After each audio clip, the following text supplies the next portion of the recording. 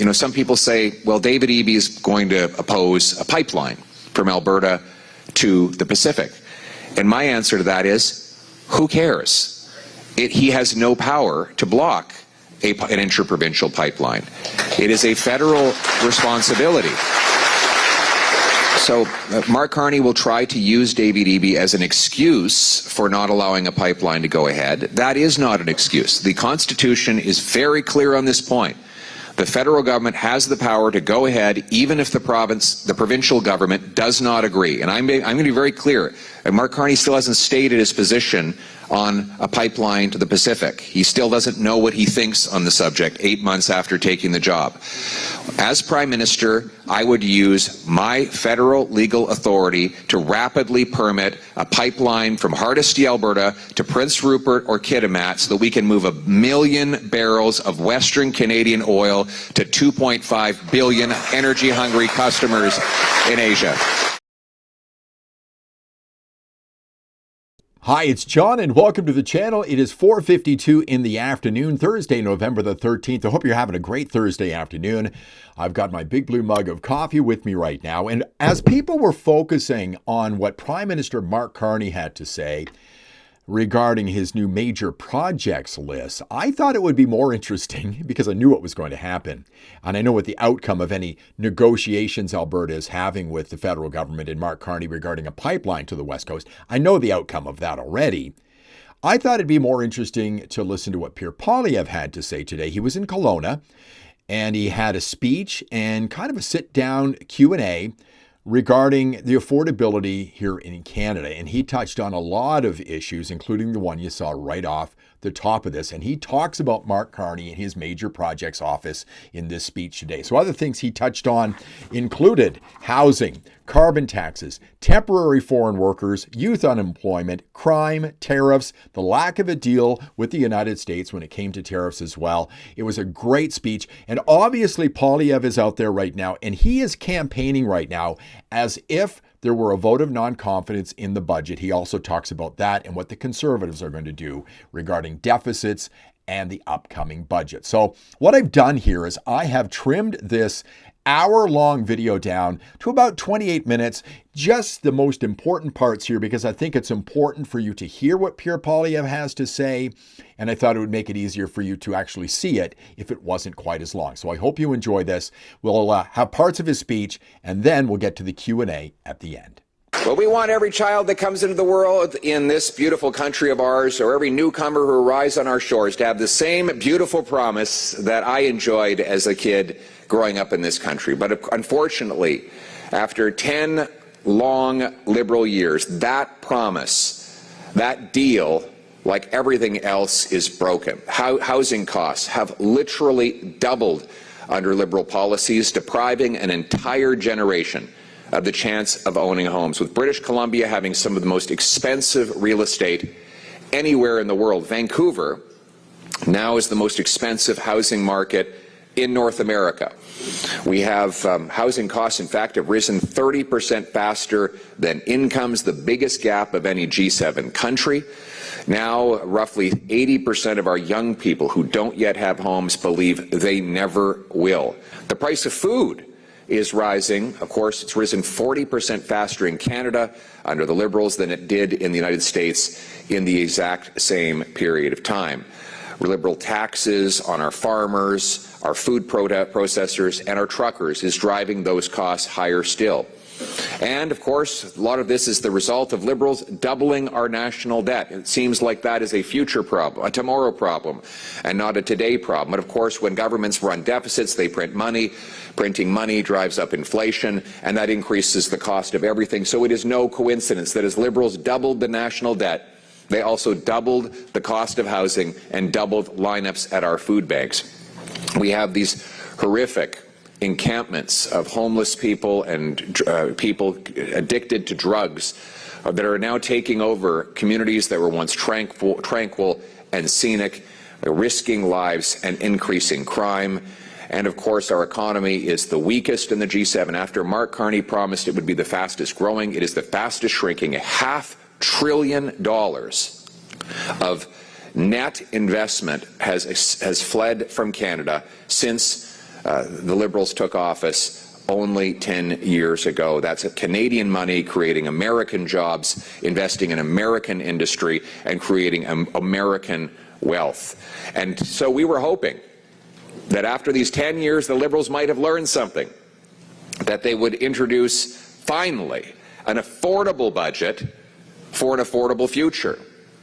But instead, we saw from Mark Carney is a costly credit card budget that doubles the deficit that Justin Trudeau left behind, increases the industrial carbon taxes on our farmers, our fish harvesters, and others who produce our food and build our homes. A costly credit card budget that will add $78 billion to our debt in just 1 year, or $1/3 trillion over the next 5 years. This credit card budget is the most expensive in Canadian history. And I call it a credit card budget because Mark Carney and the Liberals are putting the future of our country on the national credit card. And what do credit cards come with? Interest payments. In fact, this year, the Liberals will have us spend $56 billion on interest. To be clear, that is more than the Government of Canada spends on health care transfers and more than it collects in GST. So every time you make a purchase and it is taxed, you're taxed on the GST, know that every single penny will go to pay bankers and bondholders rather than paying doctors and nurses. So in his 8 months as Prime Minister, Mark Carney has managed to double Justin Trudeau's deficits. So in other words, Mark Carney costs even more than his Liberal predecessor. Meanwhile, he's raising taxes on home building and on food. So let's start with home building. The industrial carbon tax on steel, concrete, cement, glass, aluminum, plastic, all of the things that are necessary to build a home. You tax the things that go into a home, you tax the home itself. This is another Liberal tax increase on homes. According to the Canadian Home Builders Association, these taxes and the failure to remove other taxes on home building will cost 100,000 construction jobs as government continues to stand in the way of home building. And then there's taxes on food. The industrial carbon tax on the farm equipment and the fertilizer of our farmers, in addition to the heavy equipment that goes into food processing facilities, will inevitably get passed on in higher grocery prices that Canadians cannot afford to pay. And for these reasons, and many others, Conservatives will vote against Mark Carney's costly credit card budget, and we will continue to fight for an affordable budget for an affordable Canada. Now, the irony is that we should be the most affordable country anywhere on earth. In fact, Canada should be a dirt cheap place to eat, to house yourself, and to live your life. Why? Why should it be dirt cheap? Because we have the most dirt. We have the second biggest landmass, and much of it is close to places that are urban centers where we should and could be building. We have the most dirt in which to dig up our resources. We have the most dirt on which to grow food. In other words, it should be cheap in Canada to buy a home, to feed your family, and to power your life with affordable energy. Canadians cannot afford to live. Everywhere I go, people tell me they just can't afford life anymore. I was just over to Starbucks this morning to caffeinate myself, and I met a young guy named Axel. He's an immigrant from Libya. He's an engineer. And he said he's planning to go home. He's been here for 15 years. And he says he can't afford to live here, and his quality of life would be better in Libya. Would you have imagined that someone would say that in Canada? But these are the kinds of stories we hear again and again of people who believe that they've been priced out of their own country by their own government. And, you know, there's a contradiction in the way that Liberals approach everything. Let's start with housing. So, why is it that we have the most expensive housing in the G7? Well, we have the fewest homes per capita, even though we have by far the most land to build on. So we have 10 times as much land to build on as the second closest G7 country, and yet we have the fewest homes. And why is that? Well, because the taxes and bureaucracy block home building. you know, about 50% of the cost of a new home today in Canada is taxes. In Vancouver, it's actually 60%. More money from a new home goes to bureaucrats in offices than goes to the carpenters, electricians, and plumbers who actually build the homes. So, we agree on the problem. Bureaucracy blocking home building. What's Mark Carney's solution? To create another bureaucracy. He has literally created a new government agency called Build Canada Homes that's supposed to help with the problem of too many government agencies. If bureaucracy is the problem, then bureaucracy cannot be the solution. The solution is for government to get out of the way and off the backs of our home builders so builders can build, buyers can buy, and sellers can sell. That is how we're going to unlock affordable homes. So this budget did nothing to address that. Our approach as Conservatives will be to get rid of the industrial carbon tax on housing supplies, to get rid of the GST on all new homes, whether they're bought by a first, second, or third-time home buyer. Everyone should be able to buy a home that if it's less than $1.3 million, it should be 100% tax-free. We should incentivize our provinces and municipalities to cut their taxes as well and to speed up their permits. We should go from having the second slowest building permits to the fastest building permits anywhere in the OECD. If we remove the government costs from home building, we could lower the cost of a new home by well over $200,000, which would incentivize more builders to add new supply, increasing employment for our trades workers, and making the dream of home ownership once again possible for every single young person in Canada. And then there's our resources. You know, people might say, well, how does developing our resources make life more affordable? Well, it's really simple. If we were selling more of our resources to the world, our dollar would be at par. And a stronger dollar would mean that absolutely everything that you buy that is internationally priced, that includes energy or food, would be significantly cheaper. That's one of the reasons why life is so much more affordable south of the border. They have a much stronger dollar. But unfortunately, we have seen our energy and resource sector under attack by government bureaucracy and high taxes. The 9 bad Liberal laws that make it uncompetitive for us to develop our resources. You know, we should be the richest and most affordable country in the world. The government, though, stands in the way. Canada has the second slowest permits of any country in the OECD to get major projects approved. In fact, in Canada today, it takes 18 years on average to get a mine approved. It takes, for example, 14 years to get an LNG plant approved. In the last decade, the Liberals have allowed only, well, it was actually approved by Harper. There's only been 1 LNG plant completed in Canada. There's been 8 south of the border in the United States. And in that same time period, the Qataris have doubled their natural gas production, and the Germans built an import terminal for natural gas within 194 days. The problem? Too much bureaucracy. Mark Carney's solution? Add another bureaucracy. He's created yet another bureaucracy, a new bureaucratic hurdle for miners and oil and gas enterprises and other resource companies to jump through in order to get anything approved. And yet again today, instead of getting things done, Mark Carney was standing up doing photo ops, announcing that he's going to approve a bunch of projects that were already going to happen. One of them, the Sisson mine in the East Coast, this mine, there was a Liberal minister, Dominic LeBlanc, who said that his government was going to make sure this project got underway within a year, and that was back in 2017. Now today, Mark Carney is re-announcing that same Liberal promise. You know, most of these projects were on the verge of happening anyway, as they have already gone through years and years of Liberal bureaucracy. Now, Mark Carney is really, when it comes to getting projects approved, he's kind of like the rooster who thinks that he made the sun go up just because he crowed when the sun went up, right?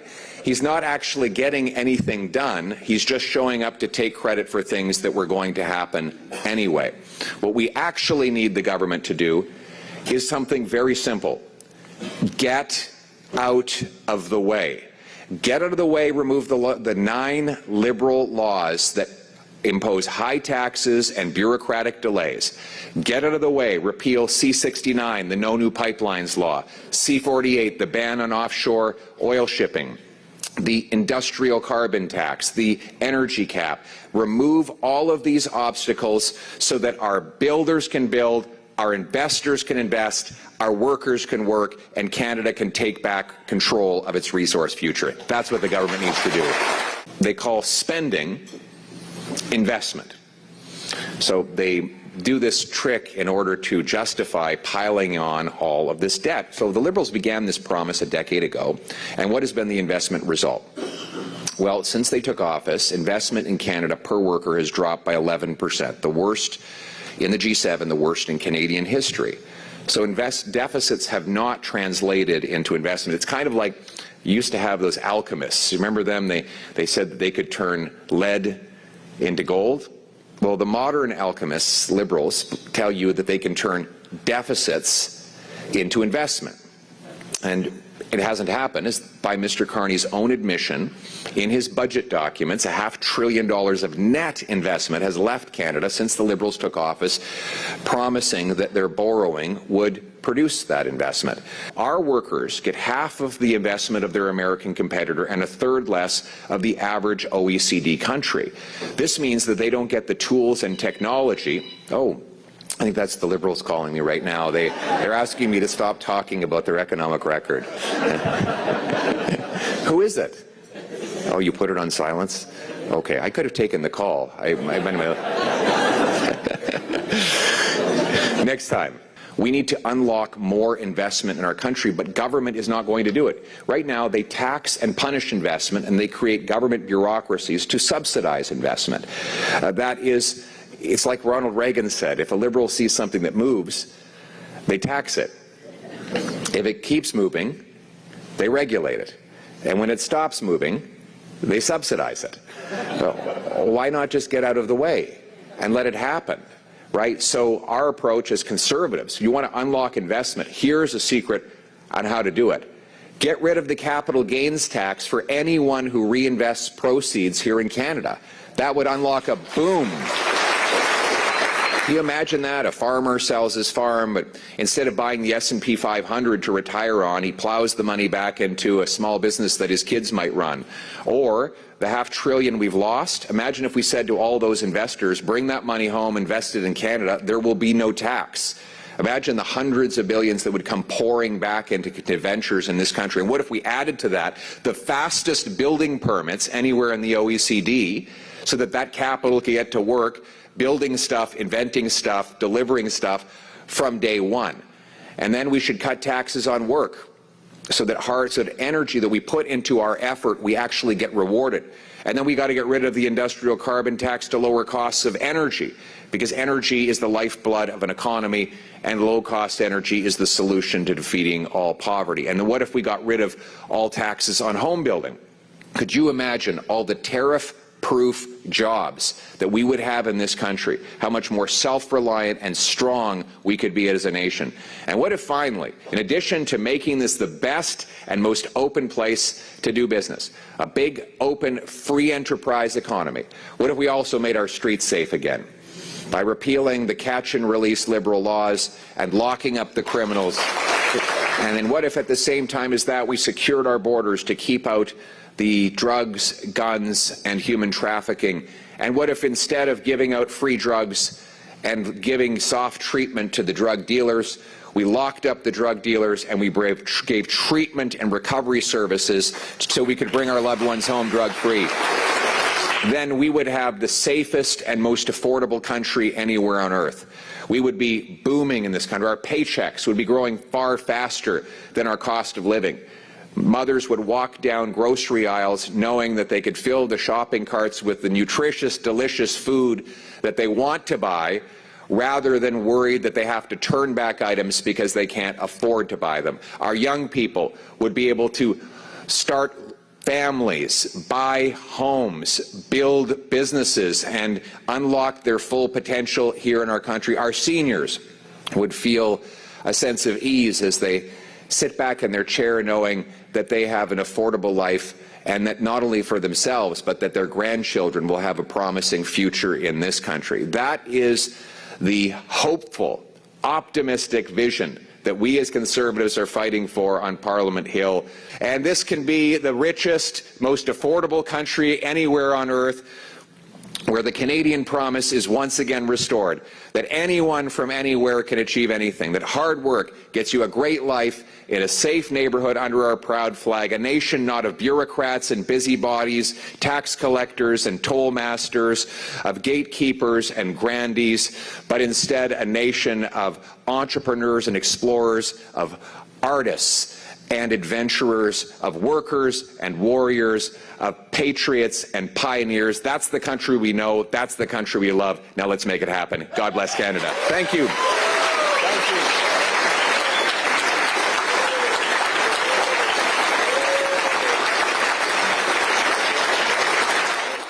It was a great speech. I think I did it justice with my edit, but you can watch the whole thing if you want. There's a link in the description below. And the great thing about this, I love the ending of it. Go back and watch the last 20 seconds of what he said there as he listed all those things off. And I don't believe he had a teleprompter, so it was pretty impressive. Then they get into the question and answer. So what I've done here, I'm going to tell you what the first question is about, because the person asking the question got a little bit long-winded on it. But he talks about how Mark Carney during the election campaign seemed to steal a number of Conservative policies. Getting rid of the carbon tax was one of them, and talking about resource development, but not doing as good a job at those things as Poilievre had promised. But he also asked Poilievre about what he needed to do to win the next election after losing such a big lead in the last one. So to win the next election, we have to be the party of affordability. We have to be the party that promises that people will have affordable homes, affordable food, they can afford to start families and build a future here in this country, and that people can afford to have hope again. That's what's missing. We need to be the party that allows people to have hope that if they work hard, they can have a great life in this country. As for Mr. Carney, he hasn't honored any of these promises. This is why you have to vote for the real thing. You know, it's one thing for Liberals to plagiarize the Conservative platform 60 days before the election, but as we can see, 60 days after the election, they forget about all those promises. I mean, let's look at the promises. Let's go through them one by one. He said that we'd have the fastest growing economy in the G7. We have the fastest shrinking economy in the G7. He said he'd double home building. Home building is falling by 13%. He said that he would be judged by the prices at the grocery stores. Well, since he took office, grocery price inflation has been 40% higher in Canada than in the U.S., and we have 7% more people lined up at food banks. He said he'd negotiate a deal, negotiate a win with President Trump. And here we are, 8 months later, still no win, still no deal, still no elbows, still no jobs. And then finally, he said that he would spend less, and we see in the budget he's spending 100% more to our deficit. So Mark Carney is the most costly Prime Minister in Canadian history. His broken promises are costing Canadians. We, by contrast, are telling the same story. You'll notice that the policies that I advocated from that mic, they have not changed. I have not uttered one change in direction, because we know what this country needs. We need low taxes, balanced budgets, free enterprise, fast permits, and that is how we're going to unlock the promise of this country. Thank you. What is the strategy to attract more to the Conservative brand and encourage to participate, advocate, and lead and vote? Well, that's actually another area of good news, in that we won the youth vote this last election. And not only that, the Elections Canada held a mock election in the high schools across Canada, and Conservatives finished first. In other words, I don't know if that's ever happened before. And, you know, I think Churchill said, if you're not a conservative, if you're not a liberal at 20, you have no heart. If you're not a conservative at 50, you have no brain.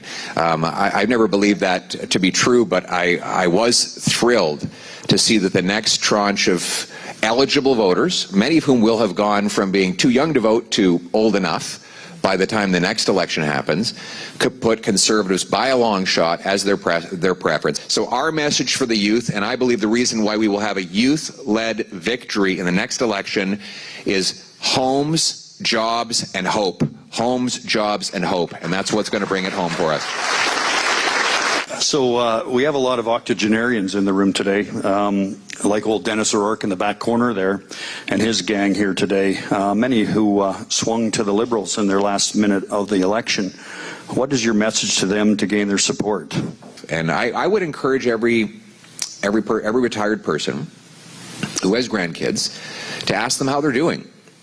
Ask them how their lives are. Ask them how their rent is, whether they can afford to pay their bills. And you know, you might have been poking and prodding them to give you great grandkids. You might ask them why the reason why they haven't been able to settle down and buy a home. Many of them do want to. I meet a lot of young people who say they want to get married to have kids, and they simply can't afford it. There would be no place to raise those kids. So these are things that we used to take for granted in Canada, but I think all of our grandparents need to reflect on the opportunities that this country supplied so many generations and make sure that your grandkids have those opportunities as well. We have to remind Canadians that Mr. Carney is spending your tomorrow on his today. These deficits will come with a very serious price. The Fitch, which is a ratings agency, has said that our debt is far higher than comparable countries that have AAA ratings. And so he is threatening our financial stability with monster deficits. He's threatening your cost of living. But the second part of that is we have to show as an alternative. And our alternative is clear. We're going to cut government waste, bureaucracy, consultants, foreign aid, handouts to phony refugees, corporate welfare, and other wasted money so that we can bring down the debt, taxes, and inflation, and Canadians can once again afford to live. What can we advocate to separate the federal influence over the provincial jurisdiction of minerals? Well, I'm going to say it again. The federal government needs to do one thing to unlock our resources, and that is get out of the way. Get out of the way. We don't need a politician in a cape to fly around like a pretend superhero. We need liberal laws to be repealed, liberal taxes to be cut, so that our miners can dig mines, our pipeliners can build pipelines, our energy workers can do their jobs. We have the resources, we have trillions of dollars of private money that desires to build these projects. The only thing stopping it is the Liberal government's massive bureaucratic apparatus of high taxes and barriers. So if the federal government gets out of the way, we can get these things done. I like your idea of separating into who does what. The provinces should have exclusive control over permitting projects that are within one province, and the federal government has exclusive control over projects that travel between provinces. And this latter point is very good, because, you know, some people say, well, David Eby is going to oppose a pipeline from Alberta to the Pacific. And my answer to that is, who cares? He has no power to block an interprovincial pipeline. It is a federal responsibility. So Mark Carney will try to use David Eby as an excuse for not allowing a pipeline to go ahead. That is not an excuse. The Constitution is very clear on this point. The federal government has the power to go ahead even if the provincial government does not agree. And I'm going to be very clear. Mark Carney still hasn't stated his position on a pipeline to the Pacific. He still doesn't know what he thinks on the subject 8 months after taking the job. As Prime Minister, I would use my federal legal authority to rapidly permit a pipeline from Hardisty, Alberta to Prince Rupert or Kitimat so that we can move 1 million barrels of Western Canadian oil to 2.5 billion energy-hungry customers in Asia. Crime and safety is one of the biggest financial and social impacts on communities. We heard about it earlier from you, again, across Canada. There seems to be a disconnect between the court system and public opinion, and that distance is widening. What would you do to narrow the gap to regain public confidence in our justice system? Lock up the tiny group of criminals who do all of the crime. Kelowna's mayor revealed just the other day that 15 offenders had to be arrested 1,300 times in 1 year. In Vancouver, they had the same 40 offenders who were arrested 6,000 times in a year. So on average, you have one offender who's arrested literally 100 to 150 times a year, and those are just the times they got caught. That means there are probably hundreds of others. There's a guy in Penticton whose name is Levi. Is anyone from Penticton here today? Do you know Levi? We know. He's more famous than I am, but this guy, apparently he does so much crime that when he's out of jail, the crime rate for all of Penticton goes up. I mean, like one guy does enough crime to move the crime rate. The good news is we don't have a lot of criminals in Canada.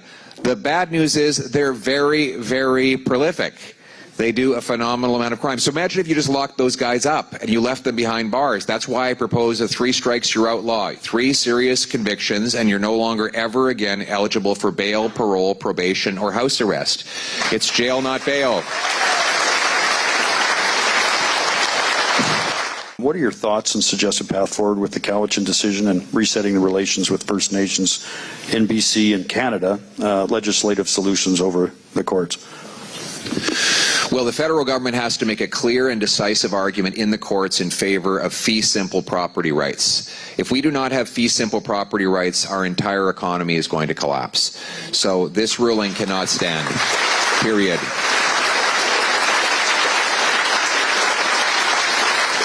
Your land is your land. When you buy a house, you own the land. It belongs to you. No one can take it away. And the federal government needs to fearlessly argue that before the courts, and the judges better realize the massive, irreparable damage that they will do not only to our economy, but to the future of this country if they undermine the very basic notion of private property rights of homeowners. So we will fight for homeowners and property rights now and forever. Please, can you announce that this hotel is on Canadian soil? It is on Canadian soil. The problem we have in Canada is that we have the highest, the worst youth employment numbers in 30 years. We have hundreds of thousands of unemployed young people who can't get starter jobs that would launch them into future careers. And at the same time, employers are using temporary foreign workers that drive down wages and drive out jobs for the youth who need them. So the conservative answer to that problem is that we're going to carve out the agriculture program so that farmers can continue to have their existing access to temporary foreign workers that will serve their farms and bring food through our entire system. The caregiver program will remain, but we intend to get rid of the temporary foreign worker program other than that. And the reason is that we need Canadian jobs to go to Canadian workers, and in particular Canadian youth. Overall, it was a great Q&A. It's going to be interesting to see what happens with the budget vote, which I think is coming up on the 17th. So another, 4 days before we get to that. Who knows? The government could fall. We could see some floor crossers. There's actually been talk of people crossing the floor to go over to the Conservatives. It's just that crazy right now. This is certainly a stump speech. Poilievre has been doing this speech for a long time, but he talked a lot more about hope when it came to this speech in Kelowna today. There was an interesting line there I think he needs to use more, and it was, Mr. Carney is spending your tomorrow on his today. What a great line. Mr. Carney is spending your tomorrow on his today. Thanks for watching. I hope this was helpful. I wanted to hear what Pierre had to say and not what Carney had to say, because it's been the same rhetoric ever since he started running for the Liberal leadership and he won the election back in April. If you liked the video, please give it a thumbs up, subscribe to the channel, ring the bell for notifications. I'll see you in the next one.